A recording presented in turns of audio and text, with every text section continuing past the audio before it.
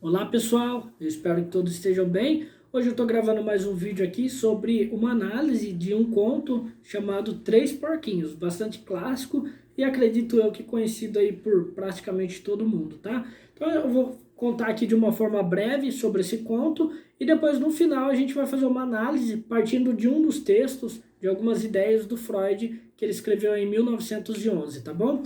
Então vamos lá. Era uma vez uma família de porquinhos, o pai, a mãe e três filhos, três porquinhos, que ao longo do tempo eles foram crescendo, amadurecendo, e ali, naquela ocasião, os pais começaram a perceber que os filhos já estavam grandes o suficiente para viver a própria vida. Então os pais ali pegam um pouquinho de dinheiro, dão uns bons conselhos e mandam os filhos aí para o bosque para que eles acham aí algum lugar para que eles possam construir a casa deles, a casa, cada um construir a sua casa e ter aí a sua própria vida.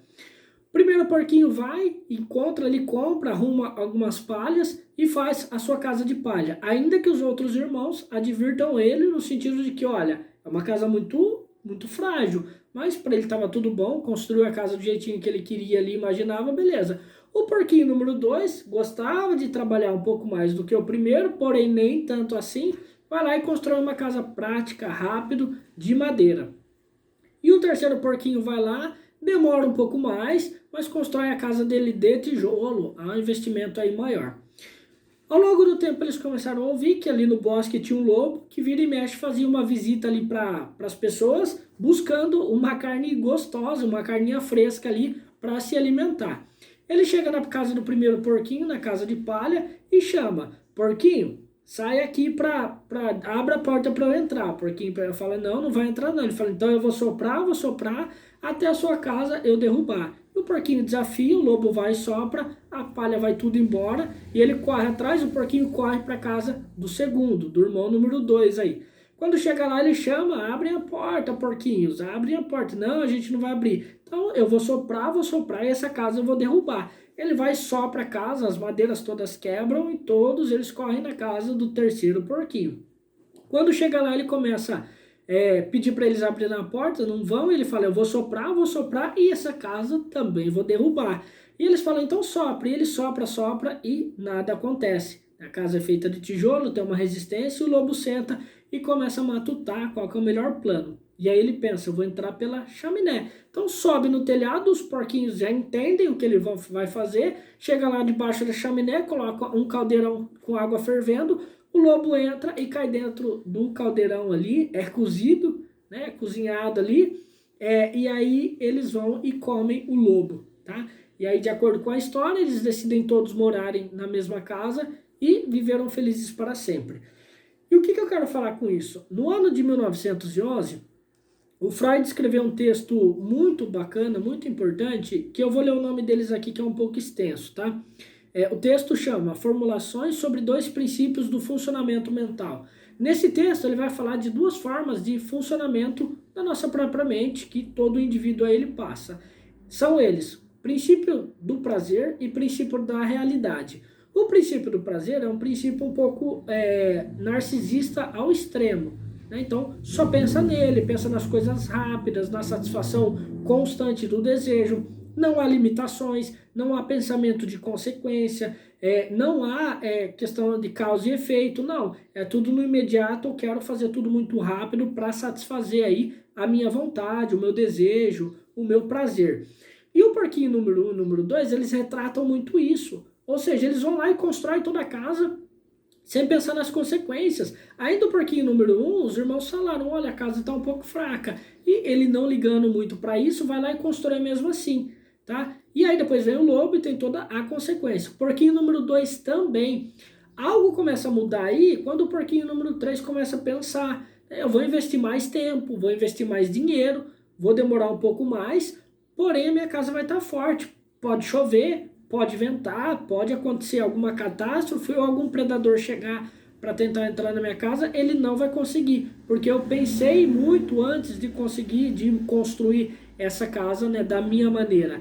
Então aí a gente vê porquinho número 1, porquinho número 2 funcionando no princípio do prazer. Vamos fazer rápido para economizar dinheiro, economizar tempo também, né? Porquinho número 3 já vem com o pensamento de princípio da realidade. Olha, essa rapidez aí não vai ajudar em nada não, né? Vai demorar um pouco mais, vai ser custoso, mas eu vou fazer algo bem feito, de qualidade, uma casinha resistente. Então aí vem o princípio da realidade, né? Eu tenho o desejo de fazer logo, porém eu sei que poderá haver uma consequência negativa se eu fizer de qualquer jeito.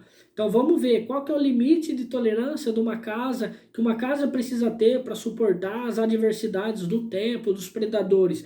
Então ele começa a ponderar não só o prazer, não só o instinto, não só a vontade dele, mas várias questões em torno também daquilo, né? O que é certo, o que vai dar certo, o que é possível fazer, né? Não só o que ele quer fazer, mas o que vai ser mais resistente, ainda que demande mais tempo. Então ele começa a pensar de uma forma mais ampla e não só partindo do desejo de fazer rápido e gastar pouco dinheiro. Ele consegue pensar a longo prazo. Quem tem o funcionamento do princípio do prazer, muitas vezes não consegue pensar a longo prazo. Então é tudo no já. Na questão imediata, vamos fazer tudo agora, não consegue adiar sua satisfação do prazer, enquanto o porquinho número 3, funcionando no princípio da realidade, ele consegue prolongar essa satisfação. Então há um tempo, espero lá na frente eu terei aí esse gozo que eu tanto quero, uma casa aconchegante, né, uma segurança maior. Então ele consegue prorrogar isso, enquanto os dois irmãos não. E o legal é que no final, a gente nem está falando, quando eu falo isso, nem é sobre, o princípio do prazer não presta, ou não é isso, né? O princípio da realidade, que ele vem depois do princípio do prazer, ele não vem para anular o princípio do prazer, ele vem para eles estarem juntos, em concórdia aí, um auxiliando o outro. Porque na nossa vida também a gente tem que ter realização dos nossos sonhos, dos nossos prazeres, dos nossos desejos. Porém, não é só isso que importa. Né? Para realizar isso, eu tenho condição financeira para isso? Vai ser o melhor caminho fazer isso? Eu estou pensando no outro? Tem questões legais, morais, éticas que estão envolto a essa minha realização ou não? Né? Então, tem toda uma temperança e um equilíbrio para eu chegar nessa minha ação, nessa minha realização, tá? Então, quando o princípio da realidade vem, ele vem para trabalhar em conjunto. Então, há a satisfação do desejo, que é importante, porém, tem outras questões da realidade que eu preciso ponderar, né? O que eu estou fazendo é um crime, o que eu estou fazendo é certo ou errado. Então, tem todas essas questões. Então, eles vêm para somar princípio do prazer e princípio da realidade. E no final do conto, é dito assim, né? Todos os porquinhos juntam ali dentro da mesma casinha e decidem viverem juntos e viverem felizes para sempre, né? Então, o princípio do prazer, porquinho número 1, porquinho número 2 vão junto com o princípio da realidade, todos dentro de uma mesma casinha, né? Dentro de uma mesma casinha e vivem de uma forma harmoniosa, né? Felizes para sempre. Ou seja, princípio do prazer e princípio da realidade em equilíbrio, em junção, né? Em unificação, em concórdia, em harmonia. Né? Então, esse seria algo esperado aí para que o indivíduo esteja o mínimo de maturidade para se relacionar, para viver em sociedade, né? Enfim, questões nesse sentido. Então, é um ponto bacana que eu encontrei dentro do conto dos Três Porquinhos e eu decidi trazer para a gente pensar um pouquinho, né? Como que a gente pode fazer uma leitura psicanalítica, né, dentro aí de um conto clássico, mas que é rico para a gente aprender, né? Então, adiar esse prazer é algo que não é fácil, principalmente na sociedade de hoje, né? Uma sociedade compulsiva, impulsiva, que busca a satisfação imediata, que não para ver a realidade. Mas eu estou adoecendo, preciso me cuidar, eu preciso ver o todo. Não, eu só vou trabalhando em prol da satisfação e realização do meu prazer, do meu desejo, da minha vontade.